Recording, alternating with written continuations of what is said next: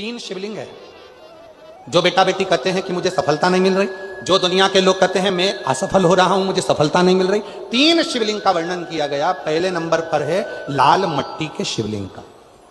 जब हम पार्थिव लिंग का निर्माण करते हैं, 12 महीने शिवरात्रि आती है, अगर आप दिन रात मेहनत कर रहे हैं, पूरा परिश्रम कर रहे हैं और सफलता नहीं मिल रही, तो लाल मिट्टी के शिवलिंग की पूजन किसी भी एक शिवरात्रि पर करें, उससे सफलता मिलती है। दूसरे नंबर पर मक्खन का शिवलिंग, ताजा ताजा माखन तैयार कर कर उसका शिवलिंग बनाकर उसकी आराधना। माखन के शिवलिंग की पूजन किसने करी थी? तो कोई आपसे पूछे तो कहना स्वयं इंद्र ने, स्वयं कुबेर ने, स्वयं माता लक्ष्मी ने माखन के शिवलिंग की आराधना कर, मक्खन के शिवलिंग की साधना कर, शिवलिंग का निर्माण कर कर उसका पूजन कर कर उसका विसर्जन। और तीसरे नंबर पर आता है बेलपत्र चंदन के शिवलिंग का पूजन।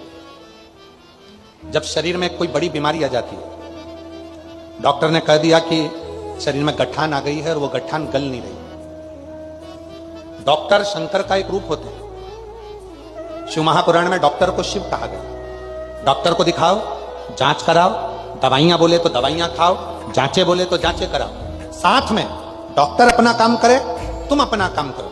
कहीं बेलपत्री का यदि कोई पेड़ मान लो सूख गया और कोई पेड़ सूखा हुआ है, और वो सूखे हुए पेड़ की अगर कोई लकड़ी मिल जाए, उस लकड़ी को घिस घिस कर उसका चंदन इकट्ठा करो, चंदन से शिवलिंग का निर्माण करो। शिवलिंग का निर्माण कर कर उस शिवलिंग की पूजन आराधना करने के बाद एक पात्र के अंदर उसी चंदन के शिवलिंग का विसर्जन कर दो।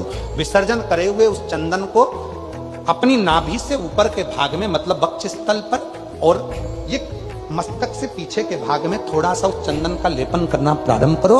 कितनी भी गठान बढ़ गई हो, चाहे बच्चादानी में बड़ी हो, चेस्ट में बड़ी हो, चाहे ब्रेन ट्यूमर हो गया हो, धीरे धीरे वो गठान गलना प्रारंभ हो जाती है और वो गठान पूरी समाप्त हो जाती है।